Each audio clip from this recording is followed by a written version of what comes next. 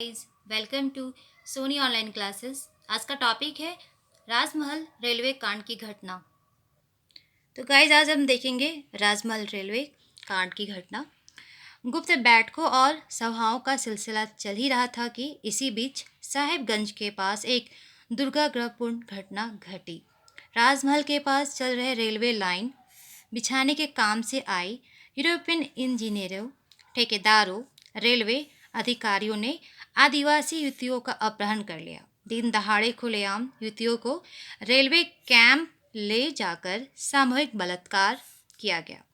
युवतियों से संबंधित आदिवासियों के अथक आग्रह के बावजूद भी अंग्रेज रेलवे अधिकारियों ने युवतियों को कैंप से नहीं लौटाया। उच्च अंग्रेज अधिकारियों तक फरियाद की गई पर कोई नतीजा नहीं निकला। संयोग से घटनास्थल से कुछ ही दूर गांव में गुप्त सभा हेतु सखी की टहनी घुमाई जा रही थी। अपहृत युवतियों से संबंधित लोगों ने टहनी घुमाने वाले से सभा स्थल की जानकारी ली और अपनी फरियाद लेकर वहां पहुंचे। सभा में भी उपस्थित कुछ लोग अर्जित जानकारी तक ही अपहरण कांड की चर्चा कर ही रहे थे कि भुक्तभोगी पहुंचकर अपनी बहु बेटियों की अपहरण तथा बलात्कार की दर्दनाक घटना एवं अंग्रेजों से फरियाद का विस्तार पूर्वक वर्णन जब रो रो कर सुनाया तो सभा में उपस्थित सभी लोग अचंभित और उग्र हो गए, जो स्वाभाविक था। तत्काल सभी ने विचार विमर्श कर निष्कर्ष निकाला, अपने परिवार की रक्षा करना हर प्राणी का धर्म है। इसमें फरियाद कैसा? इसका फैसला हम सब मिलकर स्वयं करेंगे और आज ही करेंगे। निर्णय लेकर नगाड़े पर संकट की सांकेतिक आवाज गूंज उठी और कुछ ही क्षणों में आसपास के गांव से भी प्रत्युत्तर में भी सांकेतिक नगाड़े की आवाज सुनाई पड़ने लगी।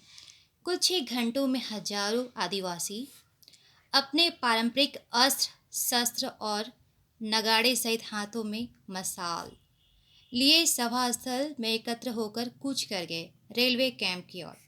पहली ही बार इतनी संख्या में आदिवासी अपने शस्त्रों से सुसज्जित नगाड़े की हुंकार और हाथों में मशाल लिए अपने लक्ष्य की ओर बढ़ रहे थे।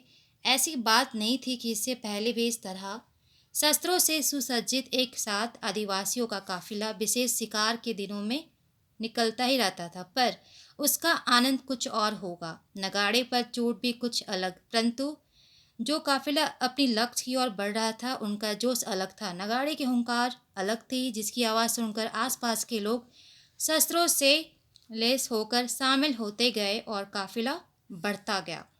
सावधानी के तहत लक्ष्य से बहुत पहले ही मुख्य नगाड़े की सांकेतिक ताल बदलते ही सभी नगाड़ों की आवाज़ धीरे धीरे चुप हो गई।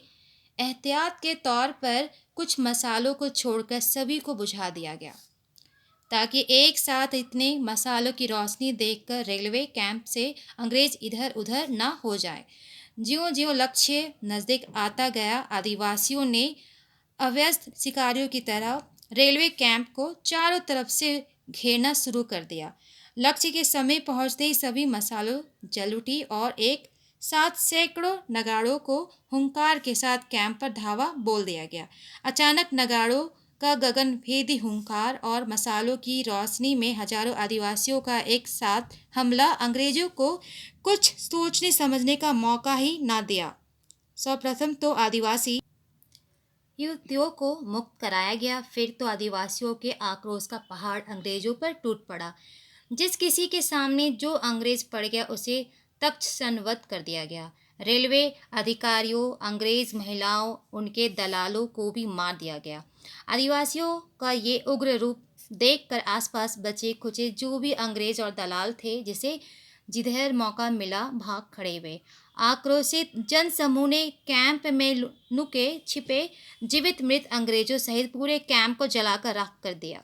घटना क्षेत्र के आसपास का इलाका भयंक्रांत हो उठा। घटना की खबर मिलते ही दूर दूर तक काम कर रहे अंग्रेज ठेकेदार और इंजीनियर सभी काम छोड़कर भाग खड़े हुए। जब इस घटना की खबर अन्य जगहों के अधिकारियों को मिली तो अंग्रेजों में हड़कंप मच गया।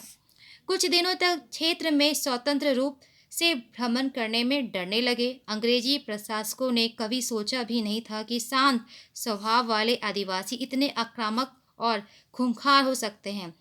एहतियात के तौर पर अंग्रेजी सिपाहियों की गश्ती बढ़ा दी गई और खुद अंग्रेज अधिकारी और उनके प्यारे दलाल भी आदिवासियों से चौकन्ने सहमे और कटे कटे रहने लगे। ठीक इसके विपरीत अंग्रेजों के मारे जाने की खबर क्षेत्र में फैलते ही संथालों एवं अन्य शोषितों को और संगठित कर दिया गया, जो छुप छुपाकर गुप्त बैठकों में आते थे, अब खुलकर सामने आने लगे। इस घटना के समाचार ने क्षेत्र में सभी को प्रभावित किया, जिसका लाभ उठाकर सिद्धो कान्हू चांद भैरव ने अपने अन्य सहयोगियों को पूरी रफ्तार से संगठन के लिए उत्साहित करना शुरू कर दिया, जिसका परिणाम भी अच्छा निकला। इन चारों भाइयों की मेहनत, लगन एवं संगठनात्मक सूझबूझ की वजह से गुप्त बैठकों और सभाओं में बढ़ते बढ़ते आने जाने वालों की तादाद हजारों से ऊपर जा पहुंची।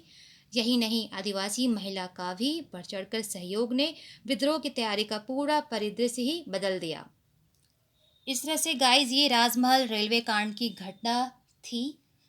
और फिर मिलते हैं न्यू टॉपिक के साथ न्यू वीडियो में। जय हिंद।